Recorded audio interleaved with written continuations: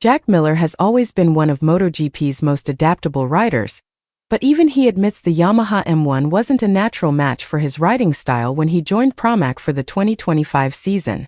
After parting ways with KTM at the end of 2024, Miller signed directly with Yamaha to race alongside Miguel Oliveira, taking on the challenge of a bike that demanded something very different from him.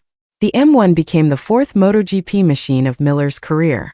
He came into the championship on a Honda, hit his peak years at Ducati, and then struggled through 2 difficult seasons with KTM.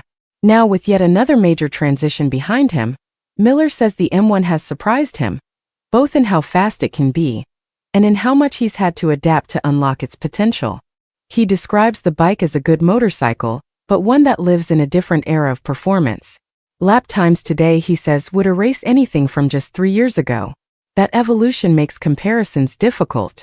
What he does know is that the Yamaha has its strengths, its weaknesses, and its own distinct personality. And despite the fact that the bike wasn't built for his natural style, he's made it work. In his words, he's fortunate to ride it, and proud of how far he's come considering the challenge.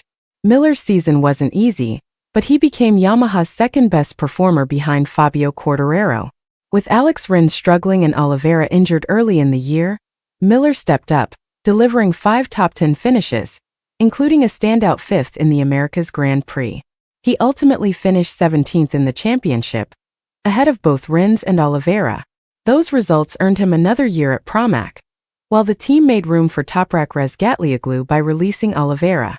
Looking ahead, Yamaha's plans for 2026 mark a huge shift: the switch from their long-used inline-4 engine to a new V4 concept. For many riders, that would be a major adjustment. But Miller sees it differently. After spending a full season learning how to ride a bike that didn't suit him on paper, he says adapting to a V4 won't be a bigger challenge than what he has already faced. He explains that the learning curve this past season was steep but rewarding. Since the Australian Grand Prix, he and the team finally unlocked more understanding from the front end, finding stability, feel, and clearer feedback from the tire. Even if it meant sacrificing a bit of outright performance, it helped Miller reach a place where he could truly understand what the bike was giving him. Now, with a better grasp of the M1's DNA, Miller believes that knowledge will carry into the next generation of Yamaha machinery. For him, the process isn't just about adjusting to a new bike. It's about continuing to grow as a rider.